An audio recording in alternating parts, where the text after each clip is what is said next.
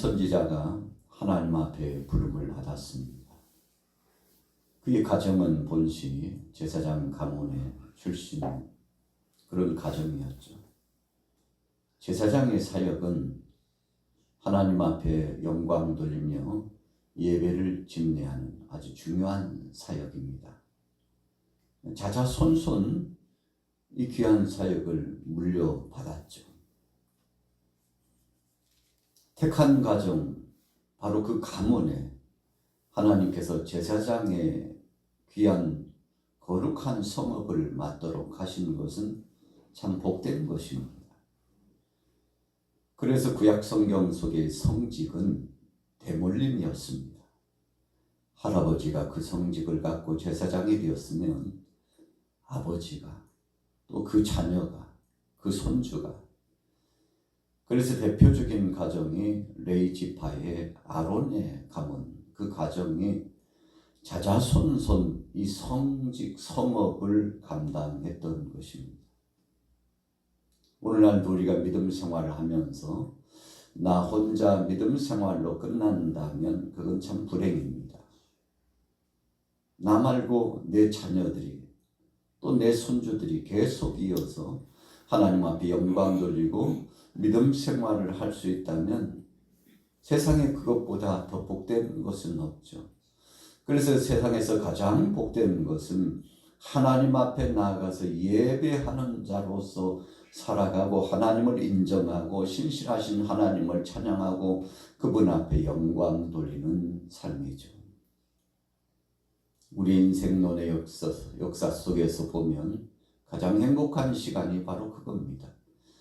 내가 주의 영광을 위해서 일하고 주의 영광을 위하여 헌신하는 시간을 갖는 것만큼 복된 것은 없습니다. 이유가 뭔가요? 사람의 근본적인 해야 될 일, 사람의 본분은 바로 하나님을 예배하도록, 하나님을 찬양하도록, 그분 앞에 영광 돌리도록 지음을 받았기 때문에 그렇습니다. 피조물이라고 하는 것은 다 목적을 두고 피조된 겁니다. 조물주 되신 하나님께서 지으신 이 세상 만물은 다 쓸데 있어서 지은 겁니다. 그 어느 것도 쓸데없이 지어진 것은 없습니다. 하늘의 별들, 그리고 땅의 모래알, 바다의 물고기들, 땅에 기는 모든 짐승들에 이르기까지, 곤충류까지도 하나님께서 다 뜻이 계셔서, 심지어는 식물과에 속한 꽃들도 나무들도 하나님이 뜻이 계셔서 지으신 겁니다. 우리 사람도 만물을 다 조성하신 다음에 마지막에 지으셨는데 다 하나님의 계획하심이 있어서 그렇게 하신 겁니다. 우리 사람이 살기에 적합한 모든 것들, 그 모든 요소들을 다 충족시켜 채워놓고 준비해 놓으시고 그리고는 우리를 지으신 거죠. 그만큼 우리 인생을, 우리 사람들을 하나님은 사랑하셨던 겁니다.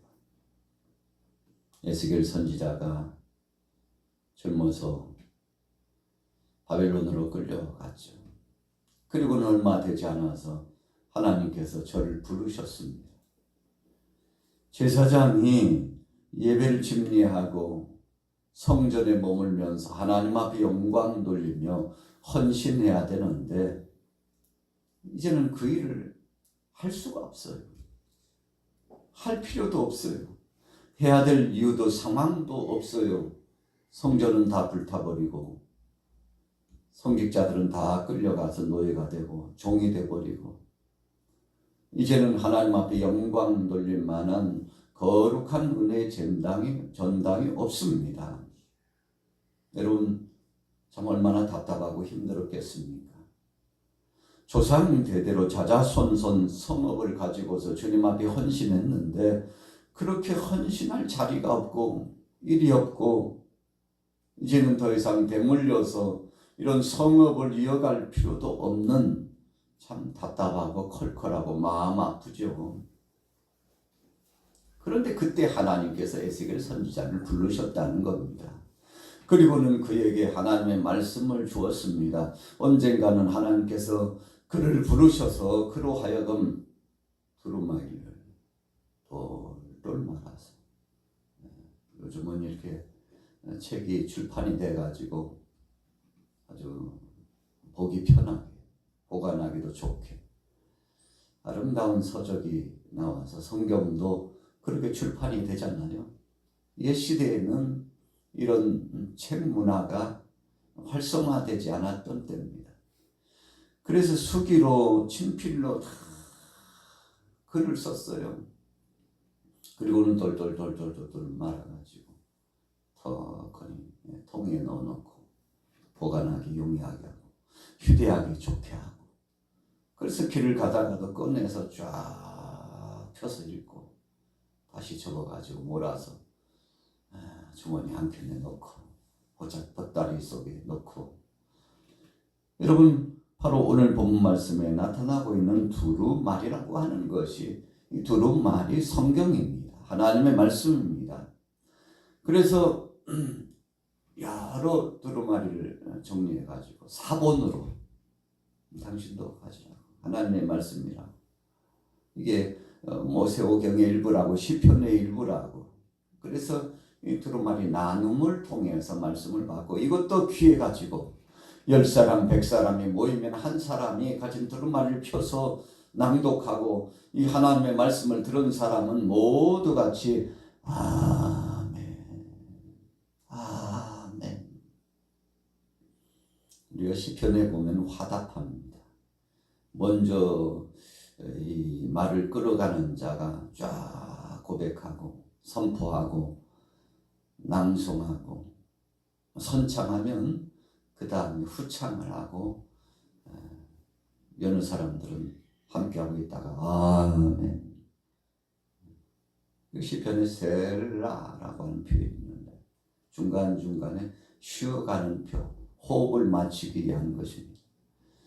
모든 사람들이 같은 생각을 갖고 같은 말, 하나님의 말씀을 따라서 고백하는데 장단 맞추기를 하는 겁니다. 한 10초 내지 20초간 쫙 먼저 선창을 하면 그 다음에 이어받아 나갈 사람들이, 또 함께하는 사람들이 셀라 하고 장단을 맞춰서 그렇게 고백을 했던 거죠. 여러분, 그러나 불행하게도 오늘 본문 말씀에 보면 백성들이 예배를 잊어버린 지 오래됐습니다. 예배가 뭐냐? 찬송이 뭐냐? 제물이 다 뭐냐? 예배를 잊어버렸어요. 하나님 앞에 가까이 가는 것을 이제는 생각지도 않습니다. 다 까마득히 잊어버렸어요. 자, 오늘 바로 직전에 2장 4절 5절에 보세요. 자, 2장 4절 5절 같이 읽어봅니다. 4절 시작. 이 자손은 얼굴이 뻔뻔하고 마음이 굳은 자니라. 내가 너를 그들에게 보내노니 너는 그들에게 이르기를 주 여호와의 말씀이 이러하시다 하라. 그들은 패역한 족속이라. 그들이 듣든지 아니 듣든지 그들 가운데 선지자가 있음을 알지니라. 참 패역한 백성, 강팍한 자가 됐습니다. 말씀 안 들은 지가 꽤 오래됐습니다. 예배 안 한 지가 언제인지 기억조차 나지 않습니다. 여러분, 바로 그런 때입니다. 우리나라 대한민국 한국 교회가 선두주자가 되어서 하나님의 말씀을 전하고 먼저 부름받은 자로서 예배자가 되고 헌신자가 돼서 귀감이 되고 있다는 것은 이 대한민국 땅이 복받은 겁니다. 왜 그렇습니까? 요즘도 길거리 여기에 가면 수시로 복음을 전하는 자들이 있죠. 친척들을 만나면 그 중에 몇은 예수 믿는 사람이에요. 가족 간에도 다는 아니지만 그래도 한둘씩은 다 예수 믿는 사람이요. 또 그 동네에서, 그 지역에서 이런 선한 영향력을 받고 예배당에 나가서 예배하고 헌신자가 되고 하나님의 백성으로 자리매김은 하지 않았다 할지라도 이런 선한 영향력, 복음의 영향력을 받지 않는 사람은 거의 없을 만큼 요즘은 복음 증거의 홍수 시대, 하나님의 말씀의 홍수 시대에 살아가고 있습니다. 그러나 우리는 그것이 행복한 줄 잘 모르죠. 이 땅에 사는 크리스찬들도 비크리스찬들이 있습니다만 믿지 않는 사람들이 그래도 그나마 행복한 사람인 걸 몰라요. 복음을 받을 수 있는 기회가 얼마나 귀한지 몰라요. 오늘 하나님께서 참 답답했죠. 시대가 암울했습니다. 백성들이 하나님 떠난 지 오래되어 까마득히 잊어버렸습니다. 그래서 그들에게 생각나게 하시기 위해서 에스겔 선지자를 먼저 부르고 그로 하여금 하나님 앞에 겸비하여 말씀을 가지고, 그래서 그가 하나님의 영음을 듣고 야, 그 두루마리 먹으라고 하나님께서 말씀하셨어요. 두루마리를 먹어라. 자, 3장 2절로 넘어가 볼게요. 같이 읽습니다. 3장 2절 시작. 내가 입을 벌리니 그가 그 두루마리를 내게 먹이시며 내게 이르시되 인자야 내가 내게 주는 이 두루마리를 내 배에 넣으며 내 창자에 채우라 하시기에 내가 먹으니 그것이 내 입에서 달기가 꿀 같더라. 환상 중에 하나님께서 에스겔 선지자에게 임재하신 거죠. 보여주셔요. 야, 그거 가지고만 있지 말고 먹어버려라. 하나님 말씀에 순종하고 그것을 먹었어요. 하나님 말씀이 내려오고 주어지는데 아멘 하고 그 말씀을 받아 먹었어요. 사실 먹을 수 있는 것이 아니잖아요. 먹거리가 아닙니다. 근데 주의 말씀이 명령이니 아멘 하고 먹었는데 이게 웬일이에요? 두루마리를 받아 먹었는데 배에 타고 꿀과 같은 맛이었다고 했습니다. 여러분, 하나님의 말씀이 꿀 같다는 말씀은 시편에도 다윗이 고백하잖아요. 굴송이와 같은 말씀이라고. 하나님의 말씀을 아멘 하고 받아 먹으니까, 여러분, 이 말씀을 에스겔 선지자가 받아 먹지 않았다면 그런 맛을 느끼지 못했을 거예요. 그래서 우리가 성경을 늘 상고하고 읽고 묵상하고 예배 중에도 가장 중요한 시간, 이 설교 시간 말씀을 집중하고, 오늘 이 아침에도 말씀에 집중하고 그 말씀을 귀로 듣고 눈으로도 보고 마음으로 받아들이고 아멘 아멘 하고 이 말씀을 접수하고 우리가 받아 먹으면 영약이 되는 것입니다. 그래서 하나님의 말씀은 100번, 1000번, 억번 강조해도 지나침이 없습니다. 먹고 나면 또 먹고 싶고 또 먹어야 되고. 여러분, 우리가 육신의 양식 3끼를 먹지만 영의 양식도 3끼 이상 먹어야 합니다. 육신의 양식은 배불리 먹고 진미를 찾아 먹고 맛집을 찾아다니면서 먹고 이것 좀 해먹을까 하고 부식을 사다가 조리해서 먹고 그 음식이 생각나는데 우리 함께 조리해서 먹자고. 여러분, 입에 달고 맛있는 음식은 우리가 또 생각나기 마련입니다. 하나님 말씀도 마찬가지입니다. 우리가 순종하고 믿음으로 받아 먹으면 꿀송이와 같은 말씀이에요. 몸에 이롭다는 것입니다. 우리의 삶에 아주 중요한 것이라는 겁니다. 그리고는 하나님께서 에스겔 선지자를 파송하셨어요. 3장 5절에 보세요. 너는 언어가 다르거나 말이 어려운 백성에게 보내는 것이 아니요 이스라엘 족속에게 보내는 것이라. 우리 주위에는 선교사님들이 많이 파송되어 있습니다. 우리 교회도 선교사님들을 돕고 있죠. 언어권이 다른 곳에 가서 복음을 전하는 것이 선교입니다. 언어가 같은 곳에서, 같은 지역에서, 우리 동네에서 전하는 것은 선교라는 표현보다는 전도라는 표현을 많이 쓰죠. 같은 말입니다. 전도나 선교는 복음을 증거한다는 같은 의미입니다. 그러나 조금 의미의 비유가 다르게 하죠. 오늘 에스겔 선지자는 내가 다른 사람에게 보내지 않고 네 동족에게 보낸다. 하나님 말씀한 거. 네가 그렇게 애타게 그리워하고 사랑하는 바로 한 민족에게 내가 보낸다. 그러니 멀리 갈 것 없이 내가 너로 하여금 저 이국 땅에 가라고 하는 것도 아니고 천리길에 가라고 하는 거 아니고 내 집 주위에 있는 자들에게 나가서 말씀을 네가 꿀송이 같이 체험했던 그 말씀을 전하라는 것인데 주저하지 말고 가라. 에스겔 선지자가 순종했죠. 그래서 간 곳이 15절이에요. 자, 3장 15절 읽어볼게요. 시작. 이에 내가 델아비브에 이르러 그 사로잡힌 백성 곧 그발 강가에 거주하는 자들에게 나아가 그 중에서 두려워 떨며 7일을 지내니라. 에스겔이 막상 하나님의 엄명을 받고 사람들이 모인 곳에 갔죠. 이 당시에는 나무 그늘이나 강가나 나무 그늘에 사람들이 모여서 쉬기도 하고 교제를 나눴습니다. 거기서 음식을 먹기도 하고 노래도 하기도 하고 서로의 애완을 주고받고 위로받기도 하고 그런 어찌 보면 공공장소가 되는 그런 때입니다. 자, 델아비 그발 강가 사람들이 많이 모여 있었어요. 하나님 말씀에 순종하여 그곳에 갔어요.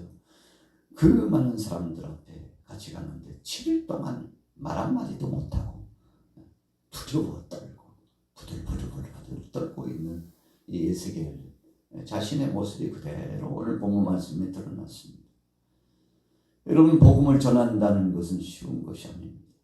용기 내지 않으면 못합니다. 어떤 사람은 평생 전도 한 번 못하고 예수 믿으세요. 예수 안에 구원이 있고 천국과 지옥의 결정적인 역사가 이루어집니다. 그분께서 이 모든 것을 쥐고 계시다 하고 이 몇 마디만 전하면 되는데 평생 한 번도 전도하지 못하고 주님 주신 사명을 그냥 묵혀두고 그런 사람도 꽤 많죠. 여러분, 에스겔이 일주일이 지났지만 입도 뻥끗 못하고 두려워가지고 여러분, 그래서 복음 증거한다는 거, 주님의 일을 한다는 것은 내 힘으로 하는 게 아닙니다. 그냥 내가 한다고 생각하면 안 돼요. 내가 이렇게 내가 자가 들어가면 안 됩니다. 그 순간 시험이 오고 올무가하고 연약하고 빈곤한 자가 되고 무기력한 자가 되고 두렵고 떨리는 자가 됩니다. 여러분, 하나님 앞에 겸비하여 겸손하여 두렵고 떨림이 아니라 공포에 질리고 부담감이 있고 내가 왜 꼭 이 일을 해야 되냐고 이유를 대면서 핑계 삼을 수 있는 겁니다. 여러분, 그러나 하나님의 성령이 임하면 그분의 감동을 받고 그분을 의지하고 그분의 말씀 안에서 순응하고 나가면 다릅니다. 여러분, 그래서 역사는 믿음을 가지고 순종할 때 나타납니다. 자, 17절에 보세요. 16절에 7일 후에 여호와의 말씀이 내게 임하여 이르시되 인자야 내가 너를 이스라엘 족속에게 파수꾼으로 세웠으니 너는 내 입의 말을 듣고 나를 대신하여 그들을 깨우치라. 에스겔 왜 꿀먹은 머머리처럼 가만히 있는 거야? 정신 차리라고 하나님께서요 에스겔 선지자에게 재차 임재하셔서 말씀을 줍니다. 너는 내가 그냥 보낸 게 아니고 파수꾼으로 보낸 거야. 파수꾼이 뭔지 아니? 많은 사람들이 적들이 언제 쳐들어올지 모르는데 깊은 잠을 자고 쉼을 갖고 있습니다.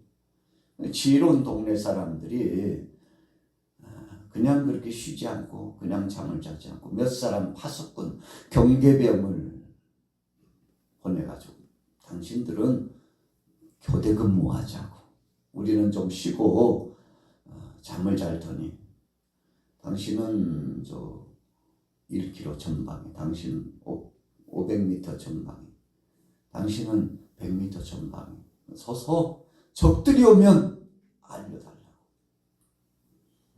그래야 대비를 하니까. 여러분, 그래서 이 불을 피워가지고 신호를 보내고 줄을 당겨가지고 신호를 보내고 사람과 사람 간에 신호를 보내가지고 알려주는 거예요. 그래서 대비를 하면 적들이 오기 전에 대비를 하면 사는 겁니다. 그런데 경계병이 세 사람 세웠는데 셋 다 제1초소에 있는 사람도, 제2초소에 있는 사람, 제3초소에 있는 사람 다 쿨쿨 잠을 자고 적들이 들어오는데도 아무도 전달할 자가 없는데 기습을 당해가지고 한 동네가 쑥대밭이 되고 한 집안이 늑탈당하고 죽임을 당하고 끌려가고 재산을 빼앗기고 동네는 불타 없어지고 이 파수꾼이 사명을 감당하지 못해서 그런 겁니다. 경계병은 파수꾼이 오늘 하나님께서 에스겔 선지자에게 너 파수꾼으로 보낸 거야. 네가 전하지 않으면 저 백성이 죽어. 네가 전했는 대로 저들이 돌아오지 않는 책임은 너에게는 없지만 저들에게 있다. 그러나 네가 전하지 않아서 저들이 듣지 못해서 죽는다면, 저 영혼이 멸망당한다면 너에게 책임을 묻겠다고, 정신 차리라고. 왜 그러고 두려워하고만 있냐고 하나님께 되게 혼을 하네요. 에스겔 선지자가 정신을 바짝 차리고 나가서 전하죠.